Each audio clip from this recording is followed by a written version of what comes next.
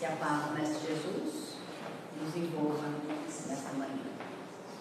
Antes de nós iniciarmos, eu preciso dar um recadinho para os meninos e as meninas do Viana, da parte da Glória e do Doni. Eles me pediram para passar um recado. Eles não puderam estar hoje aqui, porque a mãe da Glória chegou ontem, de Colatina, Espírito Santo. Veio a mãe e a irmã, e uma sobrinha, pelo que eu vi na foto. Ela mandou um beijo para todos, um Feliz Natal, um Feliz Ano Novo. Ela gostaria de estar aqui, mas por circunstâncias da família estar aí, então ela pediu para dar um beijo em vocês. Então sintam-se beijados e abraçados. Muito bem, Jesus, educador de almas. Tem uma história desse tema.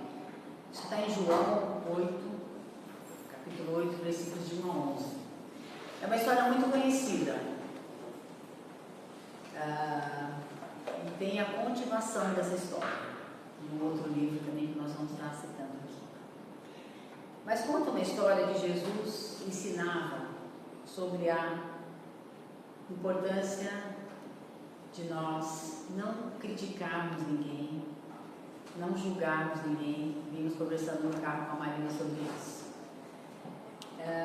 Sobre a misericórdia de Deus, sobre o perdão, e sobre nós também nos ajudarmos e ajudarmos ao próximo. E essa história foi uma história bastante marcante de todas as histórias que Jesus contou, não que as outras não sejam. Mas essa fala exatamente dessa importância da nossa caridade para com as pessoas, de não julgar, de não criticar, de procurar ajudar o máximo possível.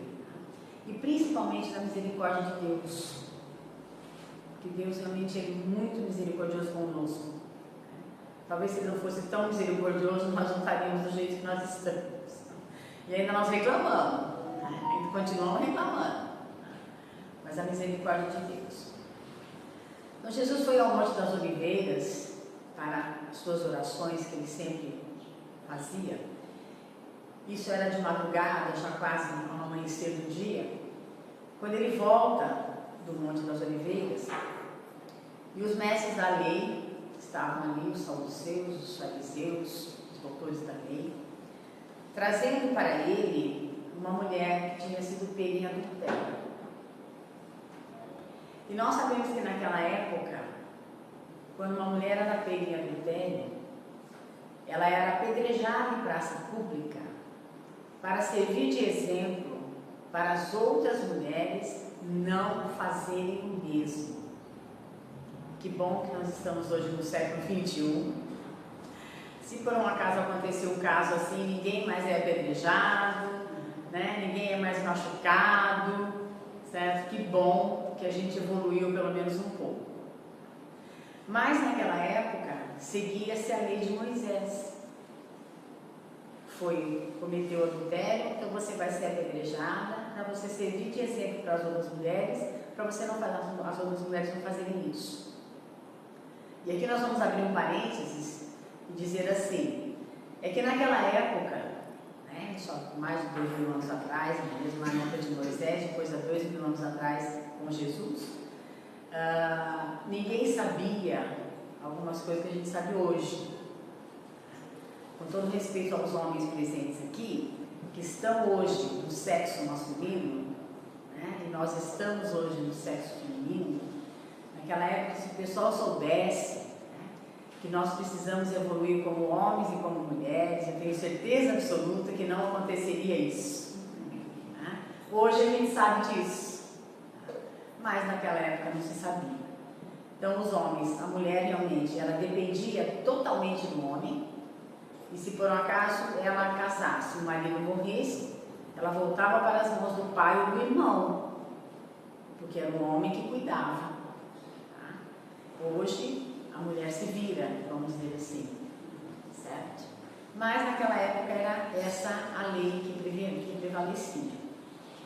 Então Jesus trouxeram a mulher para ele e disseram assim, ela foi pega em adultério. na lei de Moisés, tem que apedrejar.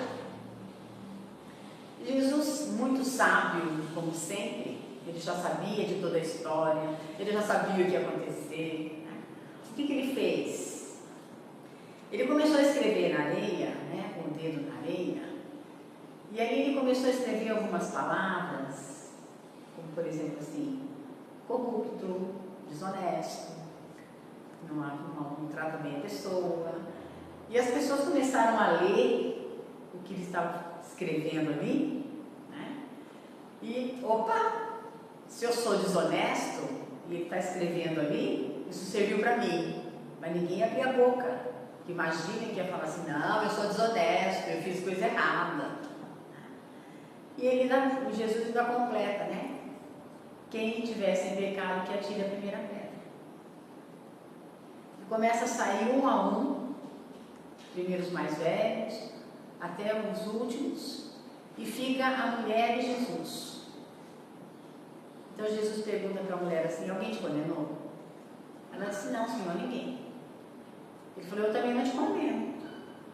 E abrindo um outro parênteses aqui, Jesus seria o único ali que poderia condená-la, porque era um espírito puro. Mas o que ele fez? Ensinou essa mulher que nós não devemos criticar, nós não devemos julgar. Ensinou aos homens que estavam ali também.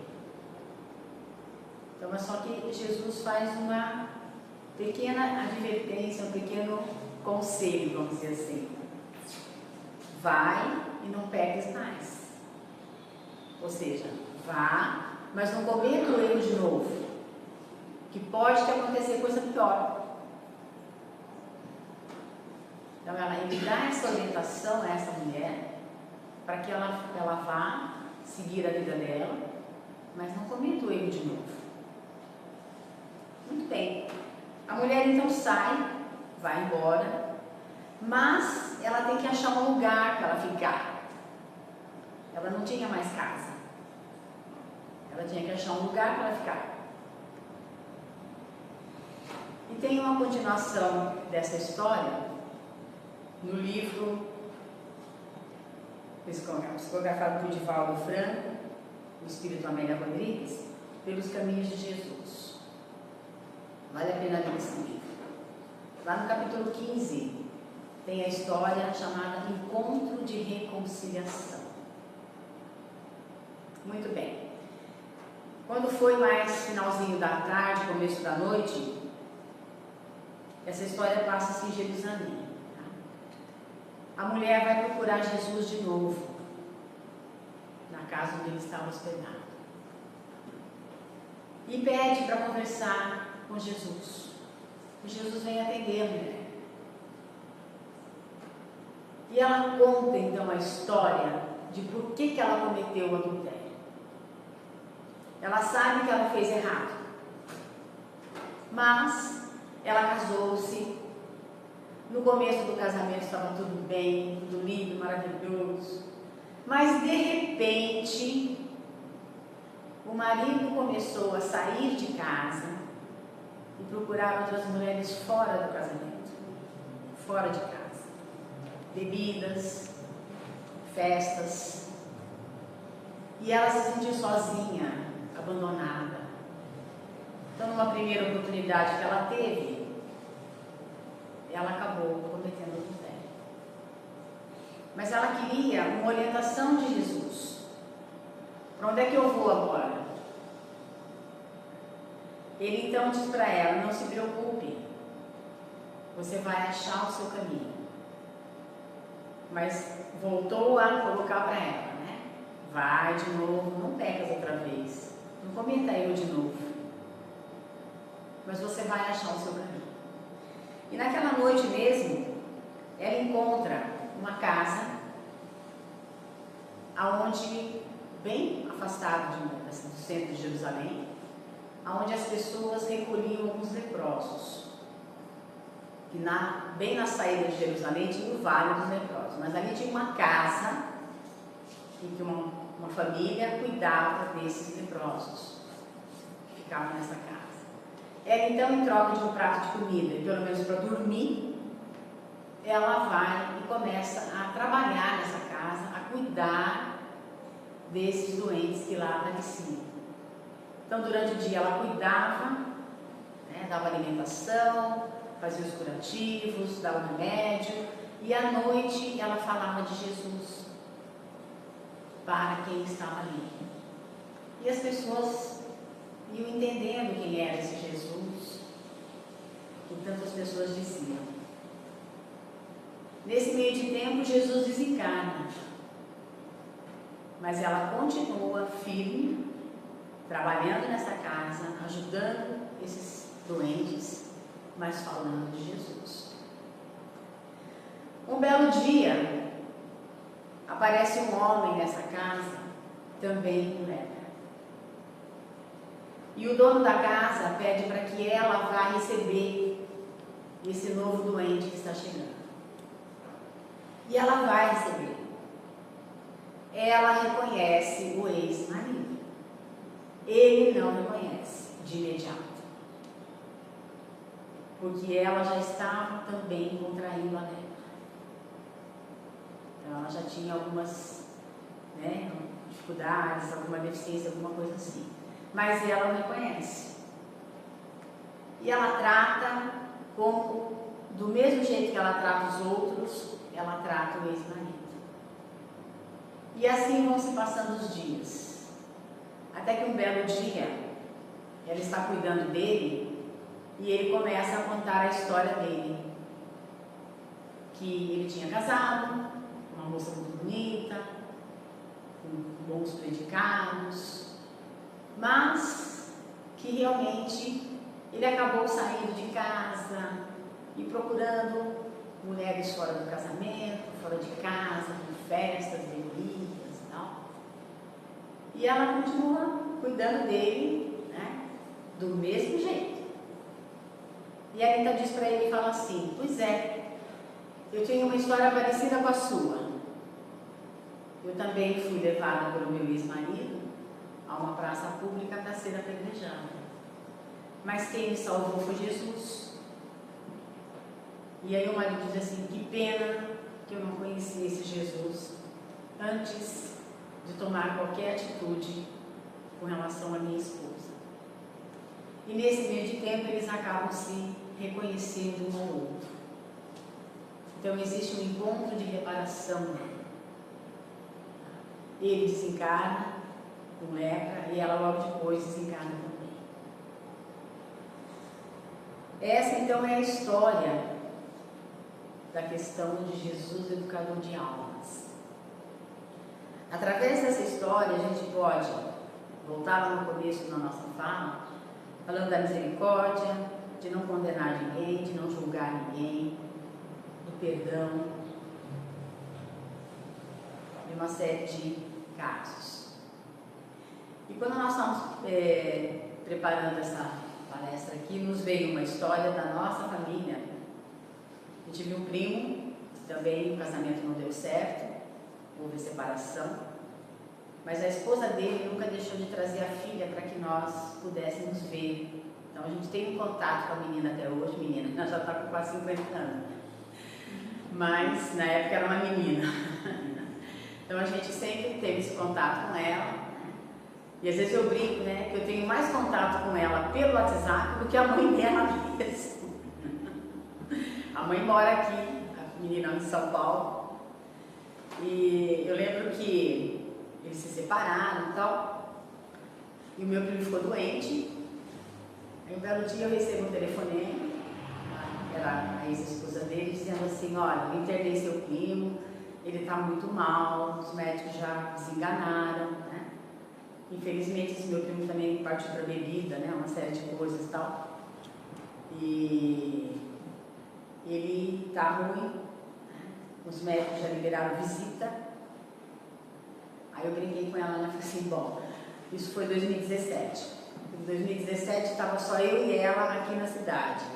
E até hoje continuamos só eu e ela na cidade. Porque o povo da família passou todo para o lado de lá. Eu falei: bom, então eu vou visitá-lo, né? Tal. E ela falou: minha filha veio no final de semana. Eu falei: não, tudo bem. E aí ela falou para mim assim: pode deixar que eu cuido dele. Porque o carne é meu. Aí eu falei para ela assim, ó, ele pode ser seu ex-marido, mas ele não é meu ex-primo. Não existe ex-primo, ex-irmão, não existe. Aí nós cuidamos dele e tal, e uma semana antes dele ir para a UTI, eu conversei muito com ele, fui visitá-lo, né? E eu conversei muito com ele. E aquelas conversas que às vezes a gente tem com algum familiar, que está prestes a partir, vamos dizer assim, e a gente faz uma revisão da vida toda, né, de tudo que aconteceu e tal. E ele comentou comigo uma série de coisas, eu também comentei e tal. E ele acabou pedindo perdão, né, à ex-esposa, vamos dizer assim. E eu presenciei essa cena. Claro que eles vão ter que se acertar uma hora, o restante que faltou aí. Mas o importante é a questão de tentar realmente perdoar, né? De sentir aquela ajuda naquele momento que a espiritualidade nos faz. E assim, eu particularmente sabia, né, de toda a caridade que ele fazia. As pessoas ficavam sabendo depois que ele desencarnou. E nessa conversa que ele teve, ele me contou tudo que ele fazia. Então ele tem o mérito dele também, né, vamos dizer assim.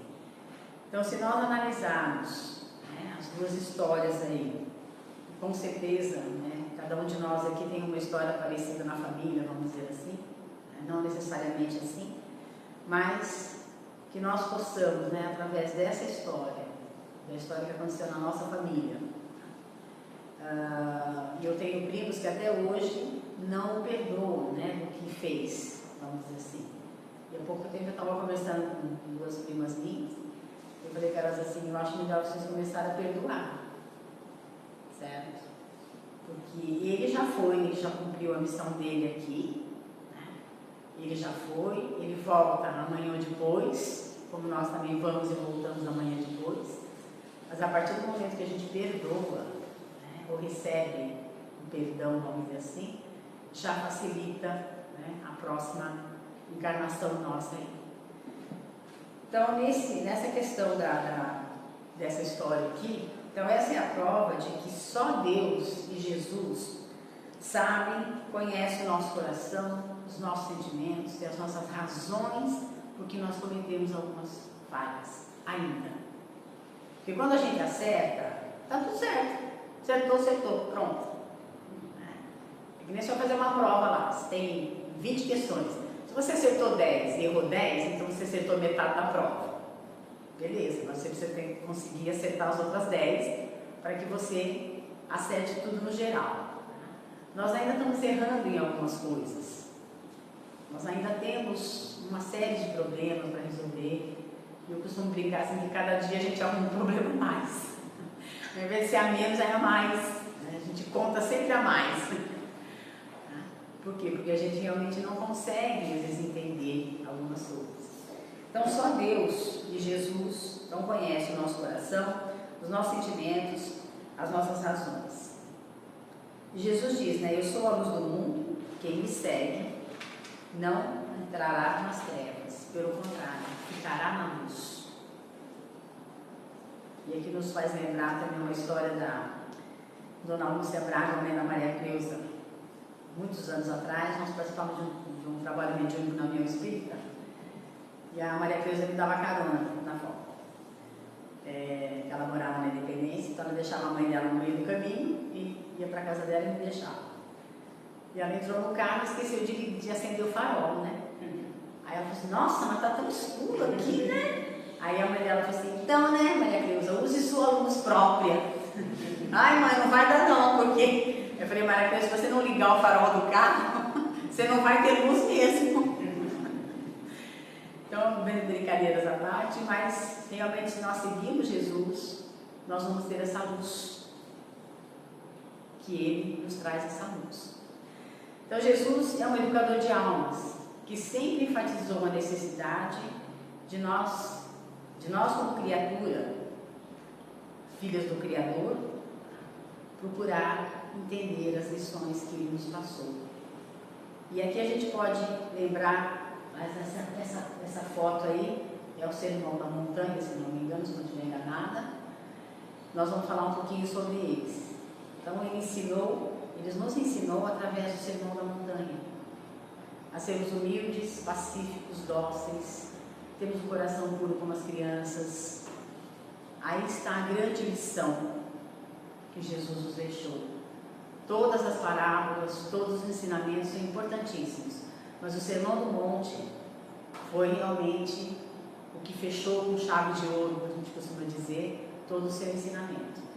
E uma vez perguntaram para Gandhi se todos os livros da face da Terra sumissem, se a gente tivesse um pane aí em termos de tecnologia, sumisse tudo, né, e ficasse o Sermão da Montanha. Gandhi responde que não precisaria de livro nenhum mais se a gente seguir o Sermão da Montanha, como ensinamento de Jesus. Então, assim, Jesus também coloca, né?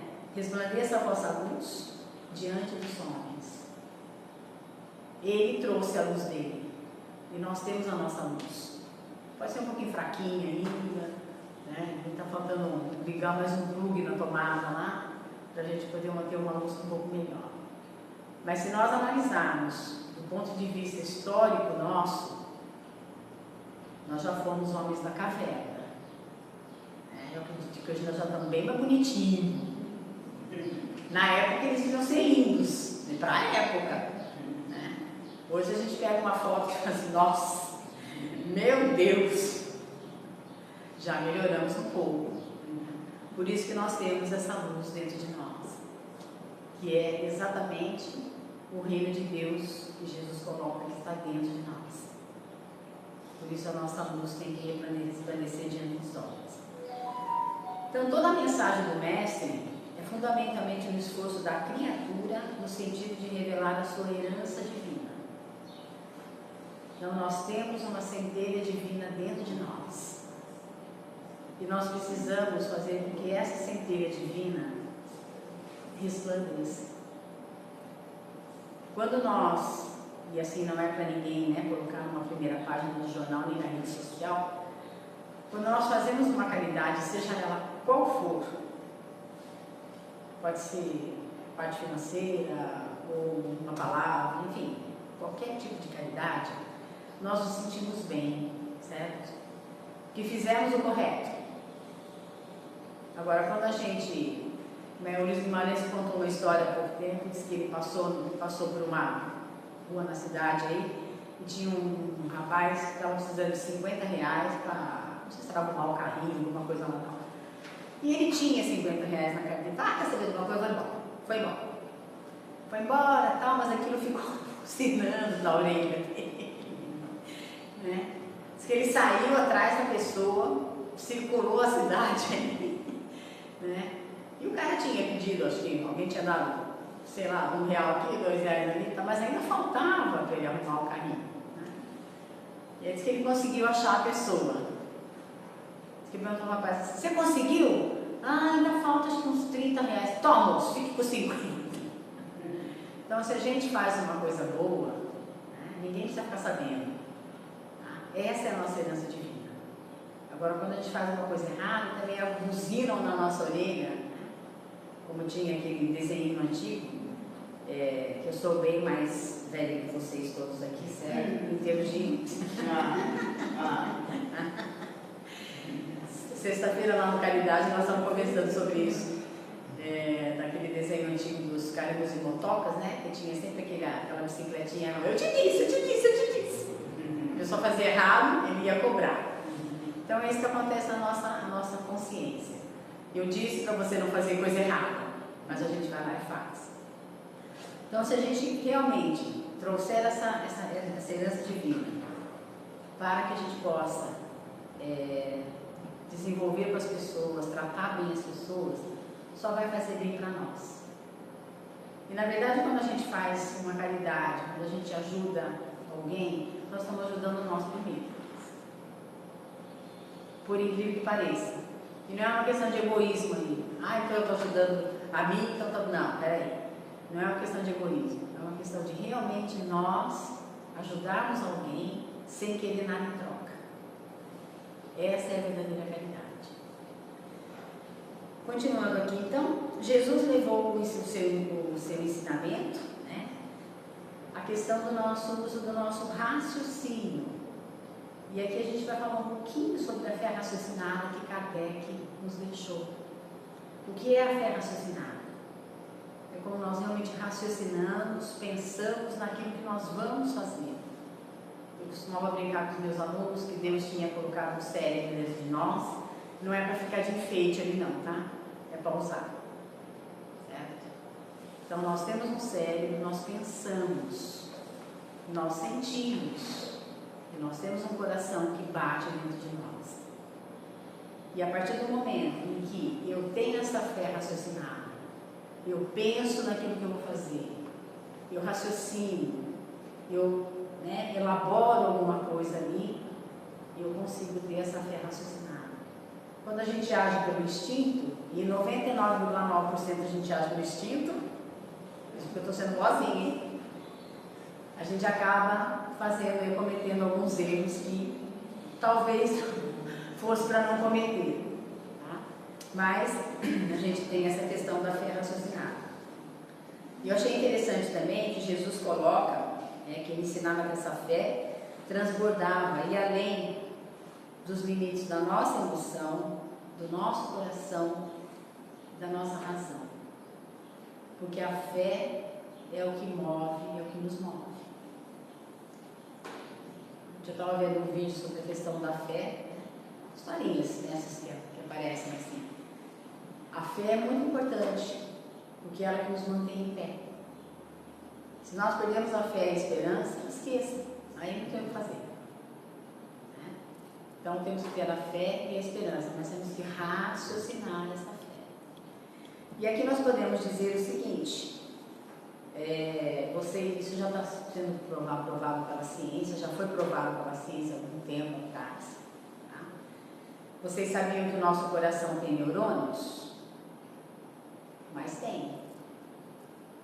Por isso que a gente ouvia, pelo menos eu sempre ouvia isso dos meus pais. Pense com o coração, pense com a razão. Como é que eu vou pensar com o coração? O coração tem neurônios. Por isso que a gente pensa com o coração e sente, logicamente. E, logicamente, no cérebro a gente pensa também. Quando ele coloca, que essa fé vai além dos limites da emoção, dos sentimentos, da razão, é aí que nós podemos ter mais um ensinamento de Jesus, em questão da nossa educação moral. E nós precisamos melhorar bastante.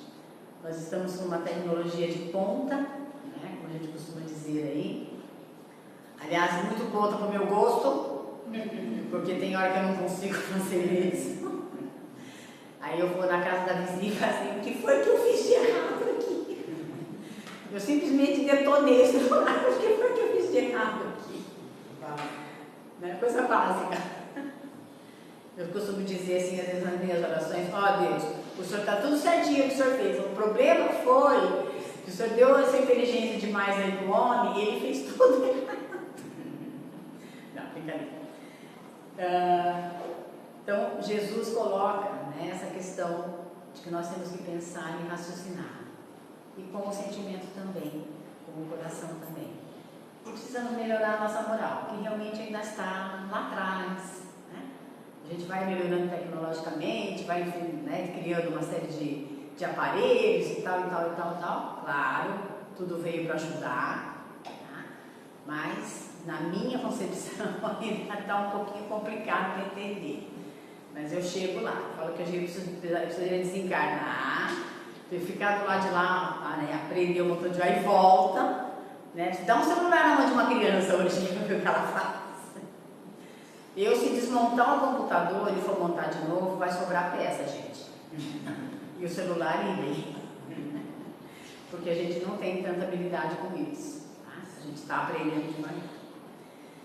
Mas tem uma outra frase também, com relação às lições de Jesus, que está em Mateus, no capítulo 6, versículo 26, que diz assim: olhai as aves do céu, que nem semeiam, nem cegam, nem ajuntam em celeiros, mas vosso Pai Celestial que está nos céus as alimenta, e não deixa que nada as falte.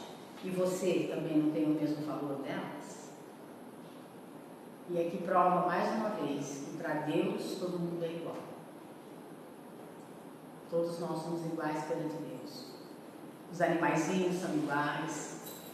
Já faz mais ou menos uns 2 meses que eu tenho um passarinho em casa que ele vai cantar todo dia de manhã na minha janela. Aí eu converso com ele, ponho aguinha para ele, depois dou uma mãozinha para ele comer. Quer dizer, Deus não está agindo ali? E às vezes eu converso com o passarinho, ele canta mais, eu não sei se ele entende, porque eu não entendo nada. Talvez ele me entenda, mas eu não entendo nada. Mas ele está cantando lá. Quer dizer, para Deus tudo é igual. E nós temos que ser assim, iguais a todos nós. Então a educação de Jesus nos ensina e prepara o homem, levando a ele se conscientizar de que não será através de orações repetidas que nós vamos agradar a Deus.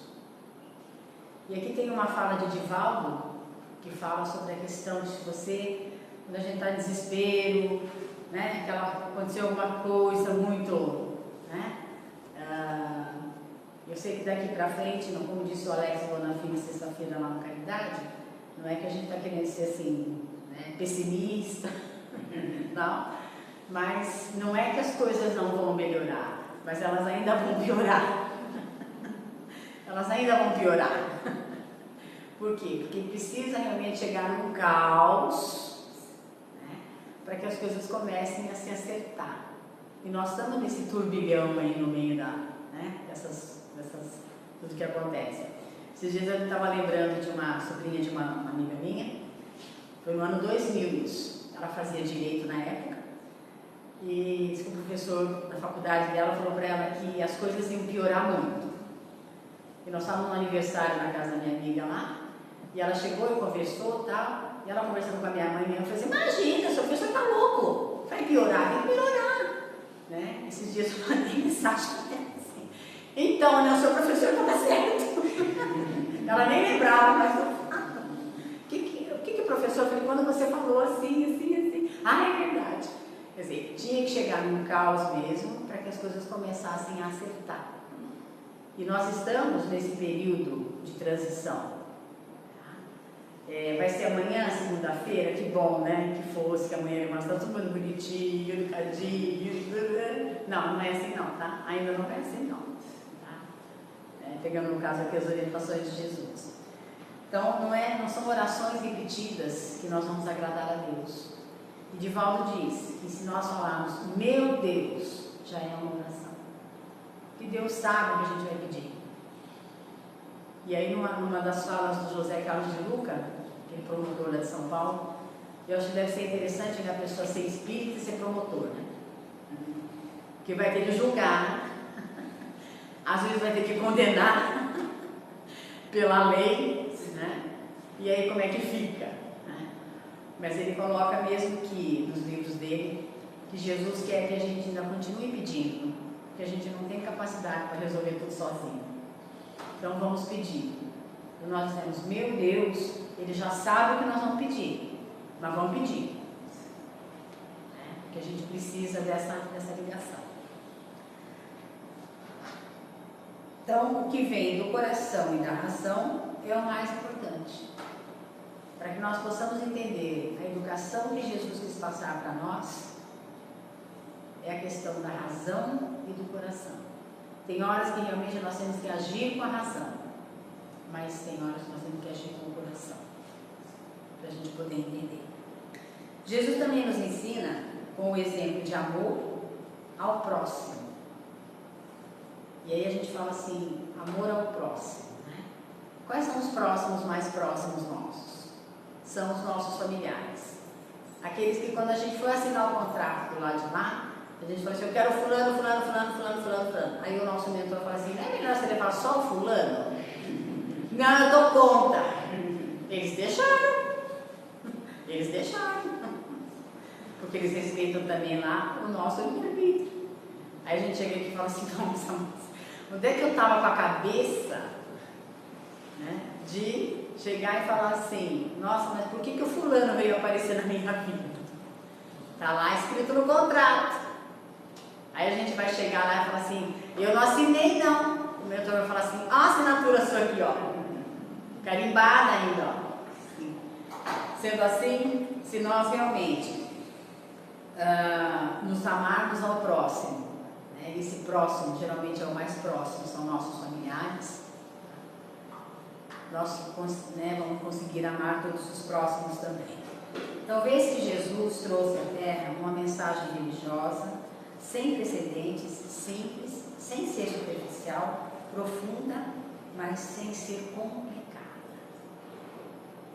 Toda a mensagem de Jesus foi religiosa, não deixa de ser religiosa, sem precedentes, porque o que ele trouxe no Novo Testamento, diferente do Velho Testamento que nós conhecemos.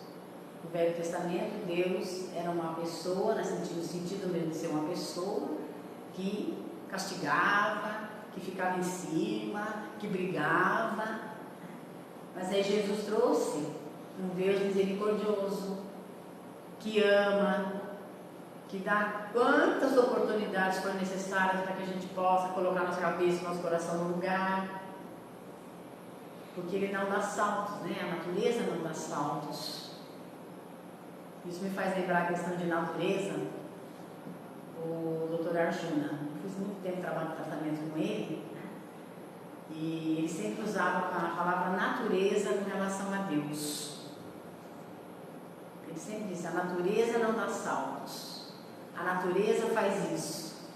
Então ele usava sempre a palavra natureza com relação a Deus. Então nós sabemos que Deus não dá saltos. E ele sabe que nós andamos devagar, cada passo de cada vez. Porque não adianta a gente querer ultrapassar ou ser mais rápido, porque a gente ainda não consegue. E nem por isso Deus vai deixar de nos amar e nos dar as oportunidades que Ele nos dá todos os dias. Então é uma mensagem religiosa, sem precedentes, simples. Voltando aqui ao Sermão da Montanha. Se nós lemos o Sermão da Montanha, é uma coisa simples. As parábolas que ele nos ensina é simples. Não tem nada sofisticado, nada de palavra que a gente não entende. E só para nós termos uma ideia, né, nós somos os protagonistas dessas parábolas. Se nós lembrarmos aqui apenas uma parábola para nós entendermos, do filho pródigo, em resumo, né, um pai tem 2 filhos. Um filho chega para o pai e fala assim, eu quero a minha parte na herança porque eu vou sair para o mundo e quero curtir a vida. O que faz o pai? Dá o dinheiro para o filho e ele vai embora. O outro filho fica trabalhando com ele. Só que esse gasta, passa cartão, faz pix, um montão de coisa aí, né, e fica sem nada. Aí ele começa a pensar, né, ele começa a trabalhar como criador de porcos, ele come a comida dos porcos, e fica, nossa, na casa do meu pai, né, até o mais simples empregado tem uma comida boa na mesa. Então eu vou voltar, né, vou dizer para ele que eu não sou digno de ser filho dele, mesmo que ele não queira que eu seja filho dele, mas que eu seja empregado dele, não tem problema.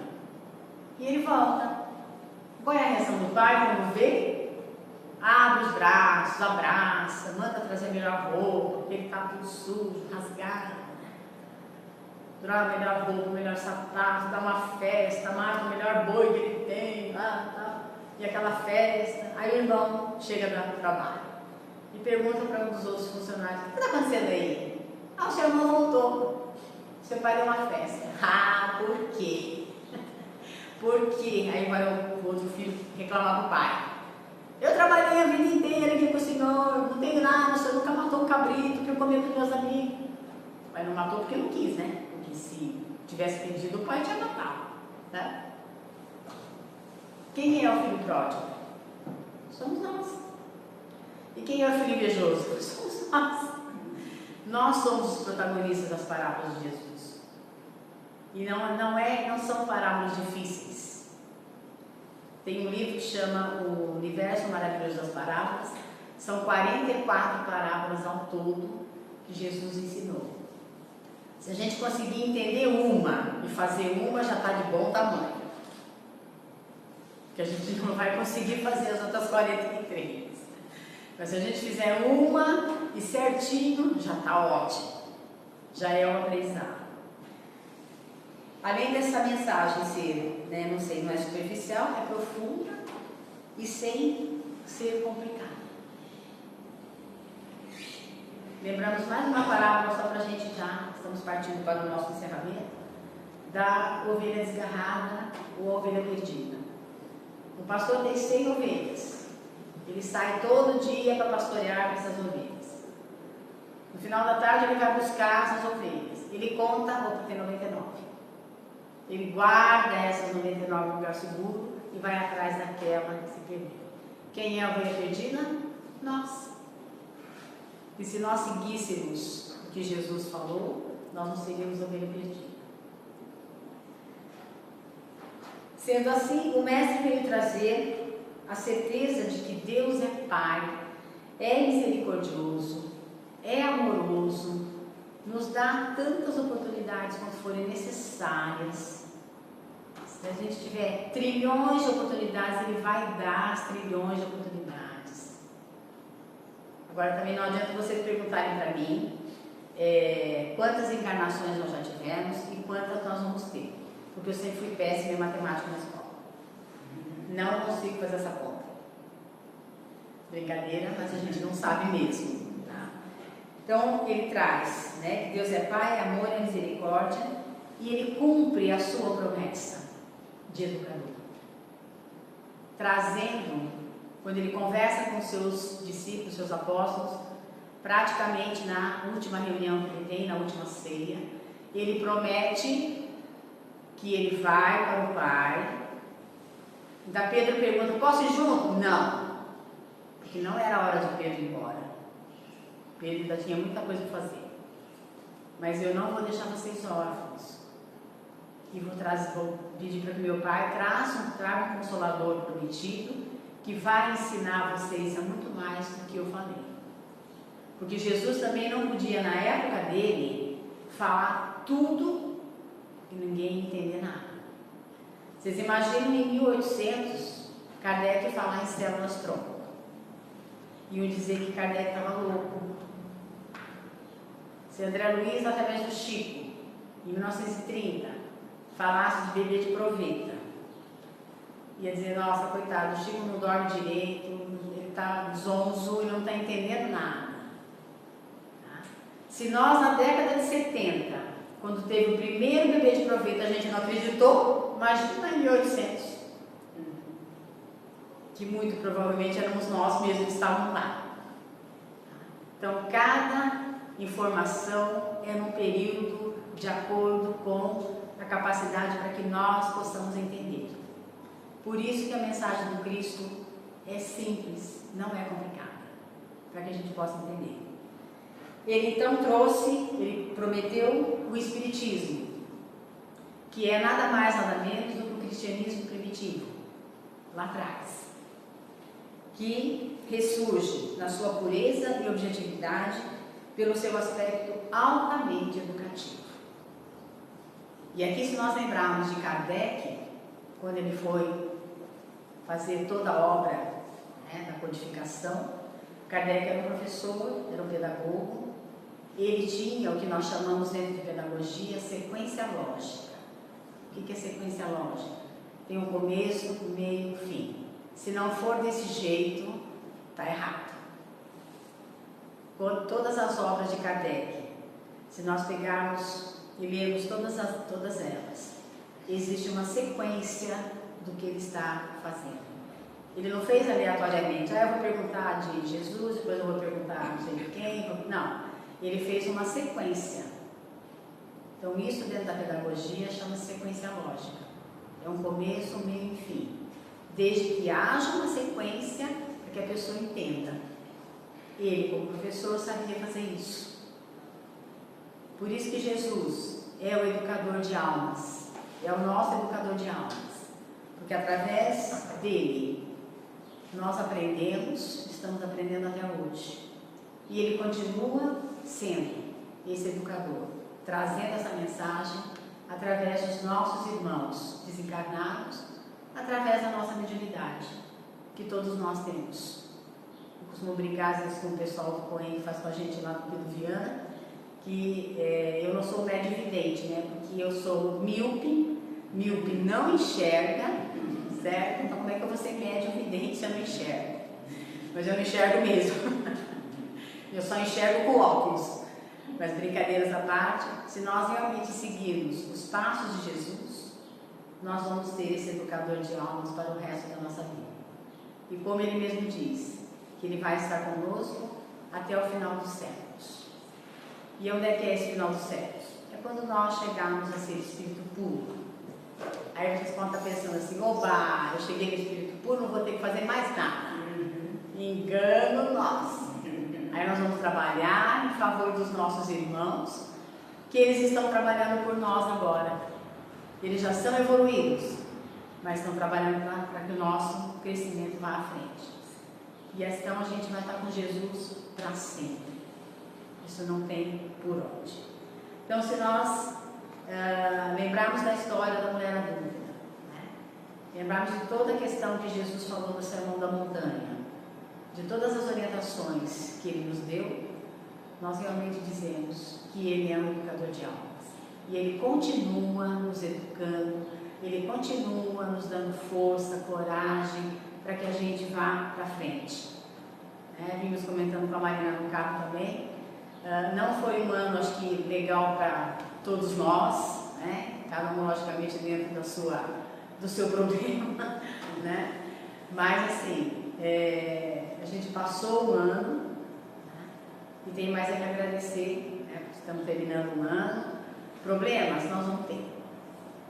Ainda nós vamos ter, porque somos espíritos ainda imperfeitos, estamos lá ainda engatinhando, vamos dizer assim, tá?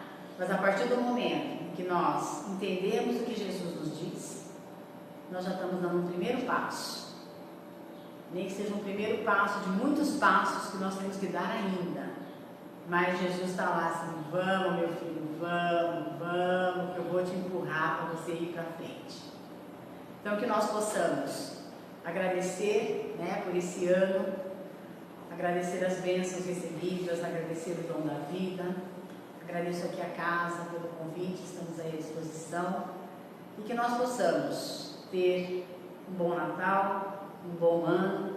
Eu tive uma tia que ela sempre, essa frase também ficou marcada na minha mente, ela sempre dizia assim, bom fim, bom começo e bom ano.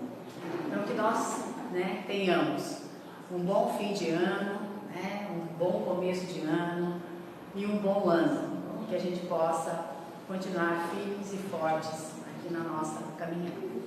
Que Jesus nos abençoe. Um beijo no coração de cada um de vocês. Que assim seja.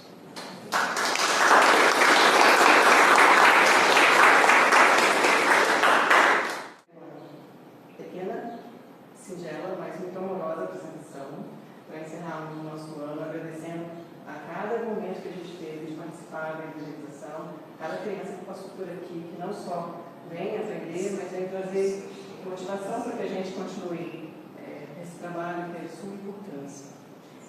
A apresentação de hoje também é especial porque a gente foi buscar no Centro Espiritual Kardec de Campinas uma inspiração com uma das diretoras de lá, que também é diretora da evangelização, que é a Larissa Simões, e ela nos autorizou a reproduzir e a adaptar, porque o texto era um volume enorme, tinha um presépio vivo, e a gente adaptou para a nossa realidade. Então está bem adaptado, está bem diferente, inclusive, do original. Mas tem o texto básico deles e a música também. Tá bom?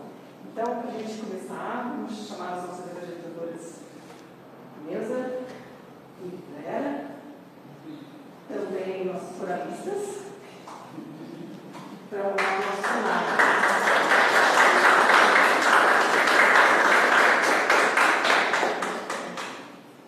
E o nosso cenário, ele começa exatamente com Dr. Pinheiro e Giovanni Jardineiro, por gentileza. Dr. Pinheiro é um homem muito culto, muito estudioso, estuda muito sobre plantas, cientista, está aqui conversando com o seu jardineiro na manhã de hoje. Tudo bom? Eu estou pensando em plantar umas mudas de árvore. Você pode me ajudar? Eu estou na dúvida do IP. Qual IP você mais gosta? O alecrim. Mas ó, tem o IP roxo. Você gosta do roxo? Sim. E paineira? Você gosta de paineira? Eu não sei se eu plantar alecrim, paineira, IP. Olha aqui que bonito, ó. Ela fica bem grande. Tem também essa aqui, olha. Flamboyant, aquela vermelha. Você gosta? Tem essa. E tem essa aqui, café. Você não toma café? Não gosta? E tem uma... Quer plantar alecrim então? O que você está fazendo agora então? Hã? Plantando alecrim. Então vamos plantar o alecrim. Doutor Pinheiro, tem mais planta? Tem mais planta. Olha, eu tenho, por exemplo, as rosas. Rosa é bonita também, não é? Doutor Pinheiro, você esqueceu o seu livro. Ah, obrigado, meninas. Olha por aqui, fica aqui. Pode fazer isso. Obrigado. Fiquem ali. O que eu posso ajudar vocês? Doutor Pinheiro. Bom dia. Bom dia. Bom dia. Você ajuda a gente a enfeitar a árvore de Natal? Mas a gente acabou de plantar a árvore de Natal, não foi? Olha aqui, quantas bolas coloridas eu tenho. A gente fez nesse minuto, ó, bolas vermelhas, amarelas e verdes, bem comestíveis e suculentas. Mas isso não é uma árvore de Natal. Não? Não? O que é o Natal para vocês então? É um reininho cheio de luzes e bolas brilhantes. E a gente coloca presentes no pé dela para todos de nossa família. Tipo isso aqui? E o que a gente comemora no Natal? O nascimento de Jesus Cristo. Então me ajuda aqui, jardineiro. Se o Natal é para Jesus, Jesus é aniversariante, a gente tem que perguntar para ele o que ele quer receber. Não é verdade? Sim, isso é muito importante. Minha mãe me ensinou que ele era um homem muito bondoso e gentil que sempre queria o bem das pessoas. Isso é verdade. Ele ensinou a gente a cuidar dos outros, amar a Deus, ao próximo e cuidar da natureza. Não é verdade? Sim, isso é muito importante. Eu aprendi na escola que os homens poluem duas cidades. Ai, amor, né? Tudo sujo. Por isso que a gente tem que cuidar bem da natureza e espalhar muita semente de amor. E você acha que é fácil? Não. Não, por quê, né, jardineiro? As árvores, elas podem demorar 3, 5, 10 anos para crescer. Elas podem demorar muito tempo. O que Jesus ensinou para a gente? Paciência. Quanto mais a gente começar agora, menos trabalho para amanhã. Então, por isso que é importante a gente praticar essas coisas também. Não esquecendo de amar a Deus. E eu tenho uma coisa legal para vocês. Eu tenho uma semente muito especial. Eu vou mandar trazer a semente. Você me ajuda a trazer a semente? Essa aqui é a semente do bem. Eu vou entregar para vocês e acho que vocês podem fazer um mutirão e ajudar a gente a plantar. Vocês querem ajudar o jardineiro a plantar? Querem? Então, essa é a semente que é o verdadeiro significado do Natal.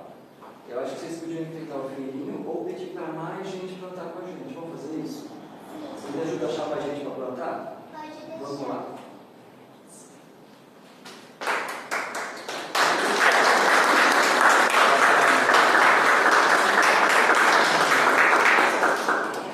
Então agora convido as coralistas para cantar. Nós vamos colocar uma apresentação de um vídeo muito carinhoso, produzido pelo pessoal do GCAC de Campinas.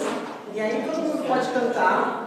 Então eu só vou passar para vocês a letra, com a letra fácil para todo mundo cantar com a gente, que diz: sementes de flores e frutos em divino potencial. Queremos te oferecer, Mestre Jesus, neste Natal. Que a terra boa e generosa encontre em nossas mãos a alegria de semear, encanto e inspiração. Mestre Jesus, no teu Natal, café e amora vamos plantar. Rosas vermelhas e alecrim vão transformar nosso jardim. Então, com vocês, agora.